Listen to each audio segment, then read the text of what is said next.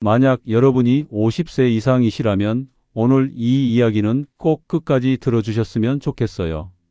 이건 단순한 건강 이야기가 아니었어요. 앞으로 병원에 얼마나 덜 가게 될지, 약값과 검사비를 얼마나 아낄 수 있을지, 그리고 노후에 스스로 생활할 수 있는 시간을 얼마나 더 지킬 수 있을지를 결정짓는 이야기였어요. 지금 당장 피해야 할 채소가 하나 있기 때문이에요. 제가 이 말씀을 드리는 이유는 여러분을 겁주기 위해서가 아니었어요. 그저 매일같이 그 채소를 건강에 좋다고 믿고 드시다가 본인도 모르는 사이에 신장이 서서히 망가져 응급실에 실려온 분들을 너무 많이 봐왔기 때문이에요. 이분들 대부분이 공통적으로 하신 말이 있어요. 이렇게 될 줄 알았으면 진작 알았을 텐데요. 잘못 들으신 게 아니었어요. 약도 아니고 술도 아니고 바로 채소 이야기였어요. 믿기지 않으실 수도 있었어요. 우리는 지난 수십 년 동안 늘 이렇게 배워왔잖아요. 채소는 많이 먹을수록 좋다. 건강을 지키는 최고의 음식이다. 그런데 현실은 조금 달랐어요. 서울, 부산, 대구의 여러 병원 응급실에서는 젊을 때부터 입에 맞아서 즐겨 먹던 그 채소 요리 하나 때문에 매달같이 실려오는 분들이 계셨어요. 이쯤 되면 이야기는 단순한 건강 문제가 아니게 됐어요. 응급실 한 번, 검사 몇 가지, 입원 며칠만 해도 순식간에 수십만 원에서 수백만 원이 나갔어요. 그리고 그 비용 대부분은 미리 알았으면 충분히 막을 수 있었던 지출이었어요. 제가 가장 안타깝게 느꼈던 건 바로 이 부분이었어요. 그분들 대부분이 신장이 완전히 버티지 못하는 순간까지도 나는 식단 관리를 잘하고 있다. 나는 누구보다 건강을 챙기고 있다. 이렇게 굳게 믿고 계셨다는 사실이었어요. 잠깐이면 끝날 이야기지만 부산에 있는 많은 의사들이 지금도 잊지 못하는 한 사례가 있어요. 그 이야기를 하나 들려드릴까? 그날 아침 62세였던 박상호 씨는 평소처럼 공원을 산책하고 계셨어요. 걸음걸이도 안정적이었고 얼굴 혈색도 좋아 보였어요. 어디 하나 불편하다는 느낌도 전혀 없었어요. 이 정도 상태라면 누구나 나는 아직 괜찮다고 생각하기 쉬웠어요. 그런데 오후가 되자 갑자기 몸에 경련이 오기 시작했고 안색이 눈에 띄게 창백해졌어요. 결국 곧바로 응급실로 이송되셨어요.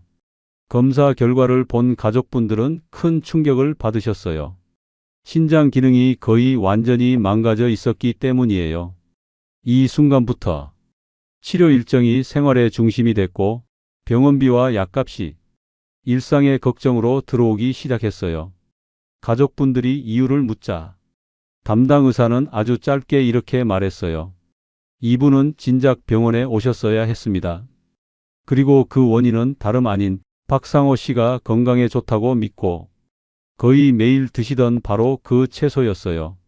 도대체 왜 이런 일이 벌어졌을까요? 그 이유는 신장이 우리 몸에서 가장 조용한 장기이기 때문이었어요. 심장이 약해지면 가슴 통증이 오지만 신장은 기진맥진해져도 거의 통증 신호를 보내지 않았어요. 그래서 서울대학교 연구진들 사이에서는 신장을 노년층의 소리 없는 살인자라고 부르기도 했어요. 문제는 이 침묵 때문에 사람들이 너무 늦게 병원을 찾게 된다는 점이었어요. 그리고 늦어질수록 치료는 길어지고 지출은 계속 늘어났어요. 이야기 시작 전 무료 구독과 좋아요 부탁드려요. 여기까지 들으시면서 이건 나만 알고 넘길 이야기는 아니구나. 이런 생각 드셨을 수도 있어요. 이 채널을 구독하시는 건 저를 응원해 주시는 의미도 있지만 그보다 더 중요한 이유가 있었어요. 이런 정보들은 미리 알기만 해도 병원 관리를 줄일 수 있고 약에 의존하는 시간을 늦출 수 있고 무엇보다 노후에 자녀에게 부담 주지 않고 스스로 생활할 수 있는 힘을 지켜줘요. 그래서 부모님이나 배우자, 주변에 다리가 자주 붓거나 피곤하다고 말씀하시는 분이 계시다면 이런 내용을 계속 받아보실 수 있도록 지금 구독 버튼 한 번만 눌러두셔도 괜찮았어요. 이건 단순한 구독이 아니라 누군가의 미래 병원비를 줄여줄 수도 있는 작은 준비였어요. 그럼 다시 이야기로 돌아가 볼게요. 이제부터 정말 중요한 내용이 나옵니다. 더 걱정스러운 점은 신장을 망가뜨리는 이 채소들이 특별한 음식이 아니라는 거예요. 우리가 매일 식탁에서 마주하는 너무나 평범한 반찬들이라는 점이에요. 아마 이번 주에 드셨을 수도 있고 어쩌면 어제 아니면 오늘 아침에도 이미 드셨을지도 몰라요. 바로 이 익숙함이 문제였어요. 익숙하니까 방심하게 되고 그 방심 속에서 신장은 수년 동안 혼자서 버티고 있었던 거예요. 채소 자체가 나쁘다는 이야기는 아니었어요. 제가 정말 강조하고 싶은 건 이거였어요. 60대의 신장은 30대 때처럼 튼튼하지 않다는 사실이에요. 젊었을 때는 문제 없던 식습관이 지금은 병원비와 직결되는 선택이 될 수 있었어요. 그래서 오늘 저는 이 이야기를 끝까지 들어주시길 부탁드리는 거예요. 제가 현장에서 가장 자주 듣는 말이 있어요.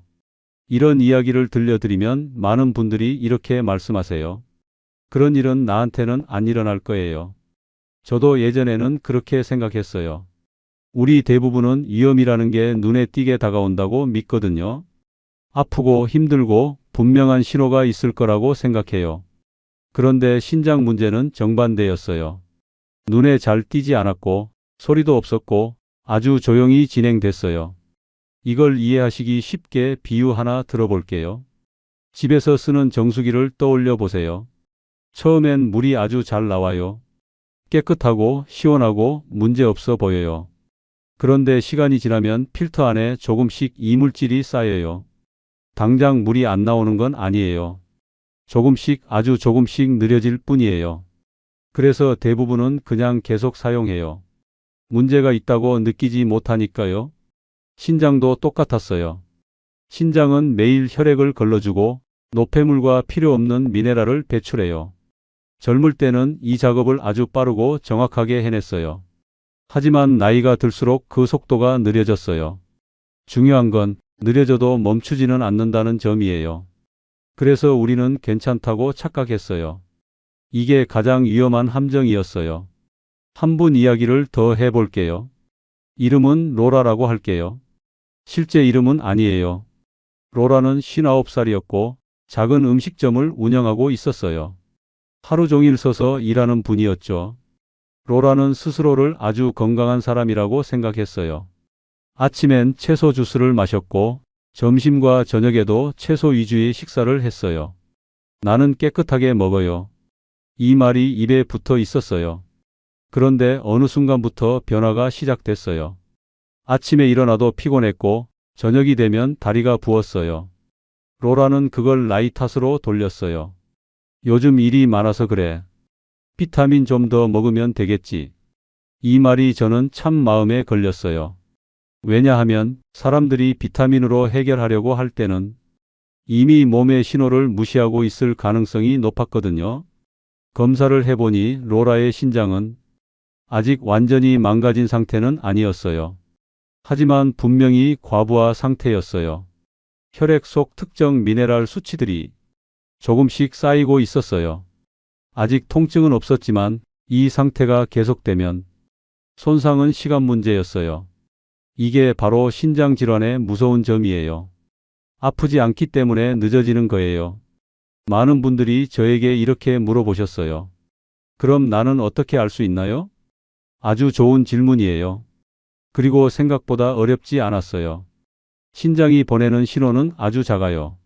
소변에 거품이 자주 생기고 잘 사라지지 않는 것, 저녁이 되면 신발이 꽉 끼는 느낌, 반지가 예전보다 잘 안 빠지는 느낌, 잠을 자도 개운하지 않고 이유 없이 계속 피곤한 상태. 이런 신호들은 너무 흔해서 대부분 그냥 지나쳤어요. 다들 이 나이 되면 그래. 이렇게 말하면서요. 하지만 과학적으로 보면 이건 단순한 노화만은 아니었어요. 신장이 약해지면 칼륨 같은 미네랄을 제대로 배출하지 못해요. 칼륨은 신경과 근육, 심장 박동에 꼭 필요한 물질이에요. 하지만 혈액에 너무 많이 쌓이면 손발 저림, 근육 약화, 심장 박동 이상을 일으킬 수 있어요. 특히 신장이 약해진 상태에서는 이 칼륨이 조용히 쌓이면서 문제를 만들어요. 그래서 어떤 분들은 갑자기 심장이 두근거린다고 느끼셨고, 그게 심장 문제인 줄 알고 놀라셨어요. 하지만 원인은 신장이었어요. 이렇게 문제가 진행되면 결국 치료가 필요해져요. 병원 방문, 약물 치료, 장기적인 관리. 이 과정에서 들어가는 비용은 정말 커요. 그래서 저는 늘 이렇게 말씀드려요. 신장 건강은 곧 경제적인 문제이기도 하다고요. 지금 이 시점에서 조금만 조심하면 미래의 큰 지출을 막을 수 있었어요. 잠깐 멈추고 여러분의 하루를 떠올려 보셨으면 해요. 매일 거의 같은 음식을 드시고 계시진 않으신가요? 사람은 습관을 좋아해요. 익숙함이 편하거든요. 하지만 몸이 변했는데 습관이 그대로라면 그게 부담이 될 수 있어요. 이건 공포 이야기가 아니에요. 타이밍의 문제였어요. 예전에 괜찮았던 음식이 지금은 무거울 수 있다는 거예요. 이걸 알게 되면 우리는 선택할 수 있어요. 크게 바꿀 필요는 없어요. 조금만 조정하면 됐어요. 이게 희망이에요. 이제부터가 정말 중요한 이야기예요. 아마 이 부분에서 많은 분들이 놀라실 수도 있어요. 저는 환자분들과 이야기하다 보면 이런 질문을 정말 자주 받았어요. 도대체 뭘 먹지 말아야 하나요? 그 질문에 바로 답을 드리기 전에 한 가지 먼저 말씀드리고 싶었어요. 이 채소들이 나쁜 음식은 아니었어요. 문제는 나이가 들었는데도 젊을 때와 같은 방식으로 같은 양으로 계속 먹고 있었다는 점이었어요. 신장은 나이가 들수록 처리 속도가 느려져요. 그런데 음식은 그대로 들어오면 신장은 쉬지 못하고 계속 무리하게 일하게 돼요. 이제 첫 번째 채소 이야기를 해볼게요. 많은 분들이 건강 반찬이라고 믿고 드시는 시금치예요. 시금치는 분명 영양이 풍부한 채소예요. 젊은 분들에게는 좋은 선택일 수 있었어요. 하지만 신장이 약해진 분들께는 이야기가 달라졌어요. 시금치에는 칼륨이 아주 많이 들어 있어요. 칼륨은 몸에 꼭 필요한 미네랄이지만 신장이 약해지면 이 칼륨을 제대로 배출하지 못했어요. 혈액 속에 칼륨이 쌓이면 손이 저리고 다리가 무거워지고 심하면 심장 박동이 불규칙해질 수 있었어요. 여기에 하나 더 중요한 문제가 있었어요. 시금치에는 옥살산이라는 성분이 많았어요. 이 성분은 몸 안에서 칼슘과 결합해서 신장 결석을 만들 가능성을 높였어요. 실제로 국내 연구에서도 시금치를 자주 섭취하는 사람이 그렇지 않은 사람보다 신장 결석 위험이 더 높다는 결과가 나왔어요. 제가 만났던 한 분은 나는 매일 나물 반찬으로 시금치를 먹었을 뿐이에요. 라고 말씀하셨어요. 그분은 건강을 해치려고 한 게 아니라 건강을 지키려고 했던 거였어요. 이게 바로 가장 안타까운 지점이었어요. 두 번째로 많이 문제가 되었던 채소는 버섯이었어요. 버섯은 칼로리가 낮고 몸에 부담이 적다고 알려져 있죠. 그래서 많은 분들이 버섯은 마음껏 먹어도 괜찮다고 생각하셨어요. 그런데 버섯, 특히 표고버섯이나 양송이 버섯에는 생각보다 많은 칼륨이 들어 있었어요. 문제는 조리 방식이었어요. 우리는 버섯을 주로 찌개나 전골, 국물 요리에 넣어 먹잖아요. 이렇게 조리하면 버섯 속 칼륨이 국물로 빠져나오면서 한 그릇에 칼륨이 농축돼요. 신장이 약한 분들께는 이 한 그릇이 하루에 감당할 수 있는 칼륨 양을 한 번에 넘겨버리는 경우도 있었어요. 실제로 버섯은 살도 안 찌고 좋아서 자주 먹었다던 분들이 검사 결과를 보고 많이 놀라셨어요. 세 번째는 감자와 고구마예요. 이건 특히 어르신들이 많이 드시는 음식이에요. 속도 편하고 포만감도 좋으니까요. 하지만 감자와 고구마는 칼륨 함량이 아주 높은 식품군에 속했어요. 특히 구워 먹거나 쪄 먹으면 수분이 빠지면서 칼륨 농도가 더 높아졌어요. 젊은 신장은 이걸 어느 정도 처리했지만 50대 이후의 신장은 그렇지 못했어요. 그래서 저녁마다 군고구마를 드시던 분들 중에 밤에 심장이 두근거리거나 이유 없는 불안감을 느끼는 경우도 있었어요. 이건 마음의 문제가 아니라 혈액 속 칼륨 농도가 갑자기 올라갔기 때문이었어요. 마지막으로 많은 분들이 의외라고 느끼신 채소가 있어요. 바로 토마토예요. 토마토는 슈퍼푸드로 알려져 있죠. 혈관에도 좋고 피부에도 좋고 소화에도 좋다고요. 그런데 신장이 약한 분들께는 토마토 역시 조심해야 할 음식이었어요. 토마토에도 칼륨이 많이 들어 있었어요. 특히 토마토를 갈아서 주스로 마시면 한 잔에 들어가는 칼륨 양이 토마토 여러 개를 먹는 것과 같아졌어요. 일반인에게는 큰 문제가 없을 수 있었지만 신장 기능이 떨어진 분들께는 아주 큰 부담이 됐어요. 이렇게 보면 공통점이 보이실 거예요. 문제가 된 건 특별한 음식이 아니라 너무 익숙한 음식들이었어요. 그리고 대부분 몸에 좋다는 믿음으로 오랫동안 반복해서 드셨다는 점이었어요. 이걸 아신다고 해서 갑자기 아무것도 못 드시는 건 아니었어요. 중요한 건 이제부터 선택을 바꾸는 거였어요. 앞선 이야기를 들으시면서 이런 생각이 드셨을 수도 있어요. 그럼 이제 뭘 먹어야 하나요? 걱정이 되셨다면 지금부터는 마음을 조금 놓으셔도 괜찮았어요. 왜냐하면 신장을 괴롭히는 채소만 있는 게 아니라 오히려 신장이 훨씬 편하게 일할 수 있도록 도와주는 채소들도 분명히 있었기 때문이에요. 저는 진료실에서 환자분들께 완전히 끊으세요 라는 말보다는 바꿔보세요 라는 말을 더 많이 했어요. 선택을 바꾸는 것만으로도 몸은 충분히 달라질 수 있었어요. 첫 번째로 꼭 말씀드리고 싶은 채소는 양배추였어요. 양배추는 너무 흔해서 대단한 음식으로 느껴지지 않으실 수도 있어요. 하지만 신장 건강을 놓고 보면 정말 고마운 채소였어요. 양배추의 가장 큰 장점은 칼륨 함량이 매우 낮다는 점이었어요. 신장이 약해진 상태에서는 칼륨이 많은 음식이 가장 큰 부담이 되는데 양배추는 그 부담을 거의 주지 않았어요.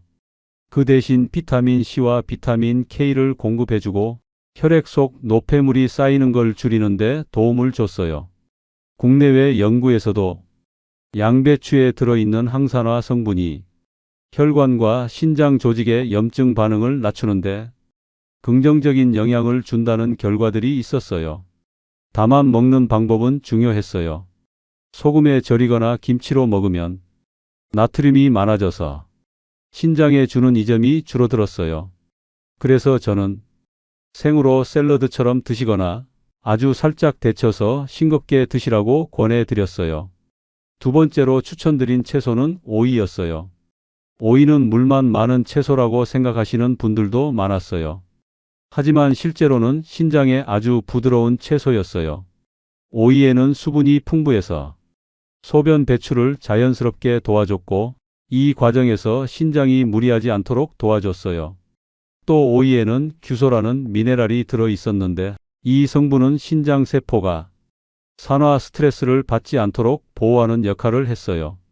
쉽게 말하면 신장이 하루 종일 일하면서 생기는 미세한 손상을 줄여주는 방패 같은 역할이었어요. 다만 여기서도 한 가지 주의할 점이 있었어요. 오이지나 피클처럼 절인 오이는 피하셔야 했어요. 나트륨이 너무 많아서 오이의 장점을 모두 없애버렸기 때문이에요. 세 번째로 꼭 말씀드리고 싶은 채소는 당근이었어요. 당근은 색깔만 봐도 건강해 보이죠. 그 이유가 있었어요.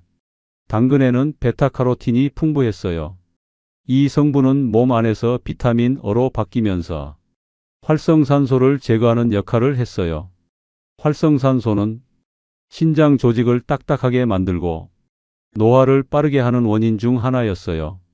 당근은 혈당을 급격히 올리지 않아서 당뇨가 있거나 신장이 약한 분들께도 비교적 안전했어요. 특히 살짝 쪄서 참기름 같은 기름을 아주 조금 곁들이면 베타카로틴 흡수율이 더 좋아졌어요. 마지막으로 정말 중요하게 말씀드리고 싶은 채소는 바로 무였어요. 무는 오랫동안 한국인의 밥상에 있었지만 신장에 이렇게 도움이 된다는 사실은 잘 알려지지 않았어요. 무에는 천연 효소와 식이섬유가 풍부해서 혈액 속 노폐물을 분해하고 몸 밖으로 배출하는 데 도움을 줬어요. 쉽게 말하면 신장이 걸러낸 뒤 남아있는 잔여 노폐물들을 정리해주는 역할이었어요. 특히 다리가 자주 붓거나 몸에 열이 많고 소변색이 진해졌다고 느끼시는 분들께 무는 아주 좋은 선택이었어요. 가능하다면 껍질까지 깨끗이 씻어서 드시는 게 좋았어요. 껍질 쪽에 항산화 성분이 더 많이 들어 있었기 때문이에요. 이렇게 4가지 채소, 양배추, 오이, 당근, 무는 비싸지도 않고 시장이나 마트에서 쉽게 구할 수 있었어요. 그리고 무엇보다 중요한 건 이 채소들이 신장을 대신해서 일해주는 게 아니라 신장이 스스로 일을 잘할 수 있도록 환경을 만들어준다는 점이었어요. 신장은 쉬고 싶어 했어요. 이 채소들은 그 시간을 벌어줬어요. 이제 여러분은 무엇을 줄여야 하는지도 알게 되셨고 무엇을 늘려야 하는지도 알게 되셨어요. 이제 많은 분들이 이런 생각을 하고 계실 것 같았어요. 알겠어요. 그럼 하루를 어떻게 먹어야 하나요? 사실 이 질문이 가장 중요했어요. 왜냐하면 아무리 좋은 채소를 알아도 일상에서 실천하지 못하면 몸은 달라지지 않기 때문이에요. 그래서 저는 환자분들께 절대 복잡한 식단을 권하지 않았어요. 지켜야 할 규칙이 많아지면 오히려 스트레스가 돼서 몸에 더 안 좋았거든요. 신장이 약한 분들께 필요한 건 완벽한 식단이 아니라 신장이 쉴 수 있는 흐름이었어요. 하루를 3번의 시험처럼 만들 필요는 없었어요. 부드럽게 시작하고 과하지 않게 채우고 가볍게 마무리하는 게 핵심이었어요. 먼저 아침 이야기부터 해볼게요. 아침은 신장이 잠에서 막 깨어나는 시간이었어요. 밤새 몸속 노폐물을 처리하느라 신장은 이미 일을 하고 있었어요. 그래서 아침에 갑자기 짜고 기름진 음식을 넣어주면 신장은 바로 부담을 느꼈어요. 저는 아침을 이렇게 설명했어요. 신장을 깨우는 시간이라고요. 너무 자극적이지 않게 속을 부드럽게 열어주는 식사가 좋았어요. 묽게 끓인 현미죽이나 부드러운 밥에 찐 당근 몇 조각 정도면 충분했어요. 현미는 섬유질이 많아서 혈당이 급하게 오르는 걸 막아줬고 당근은 염증을 줄이는 데 도움을 줬어요. 여기에 따뜻한 물 한 컵을 천천히 마시면 밤새 부족했던 수분을 채워주면서 신장에 무리를 주지 않았어요. 이렇게만 시작해도 아침부터 몸이 훨씬 가볍다고 말씀하시는 분들이 많았어요. 점심은 하루 중 가장 에너지가 필요한 시간이었어요. 그래서 무조건 적게 먹기보다는 신장이 감당할 수 있는 선에서 균형을 맞추는 게 중요했어요. 양배추와 오이로 만든 샐러드는 점심에 정말 좋은 선택이었어요. 양배추는 혈액 속 노폐물이 쌓이는 걸 줄여주고 오이는 수분을 보충하면서 신장이 과하게 일하지 않도록 도와줬어요. 여기에 단백질을 완전히 빼면 안 됐어요. 많은 분들이 신장이 나쁘면 단백질을 끊어야 한다고 오해했어요. 하지만 단백질이 너무 부족하면 근육이 줄어들고 면역력이 떨어지고 오히려 회복이 더 느려졌어요. 그래서 저는 저염으로 구운 생선이나 소량의 계란 혹은 두부 정도를 곁들이라고 했어요. 이렇게 먹으면 신장에 부담을 주지 않으면서도 몸에 필요한 힘은 유지할 수 있었어요. 밥은 흰 쌀밥 반 공기 정도면 충분했어요. 이 정도 양은 혈당을 급격히 올리지 않으면서 오후까지 에너지를 유지하는 데 도움이 됐어요. 이제 가장 중요한 저녁이에요. 저녁은 신장이 쉬어야 할 시간이었어요. 그런데 많은 분들이 이 시간에 가장 많이 드셨어요. 하루 동안 참았던 허기가 몰려오니까요. 하지만 저녁에 과하게 먹으면 신장은 밤새 일을 해야 했어요. 이게 쌓이면 아침에 다리가 붓고 몸이 무거워졌어요. 그래서 저녁은 가볍지만 비어있지 않게가 원칙이었어요. 무로 끓인 맑은 국이나 싱겁게 조리한 무국은 신장에 정말 편안한 음식이었어요. 무는 부기를 줄이고 몸에 쌓인 열을 내려주는데 도움을 줬어요. 여기에 부드러운 계란찜 정도를 곁들이면 단백질도 보충하면서 소화 부담은 최소화할 수 있었어요. 그리고 꼭 드리고 싶은 말이 있어요. 저녁 7시 이후에는 칼륨이 많은 음식은 피하는 게 좋았어요. 바나나, 토마토, 오렌지, 키위 같은 과일은 아침이나 점심에는 괜찮을 수 있지만 저녁에는 신장에 큰 부담이 됐어요.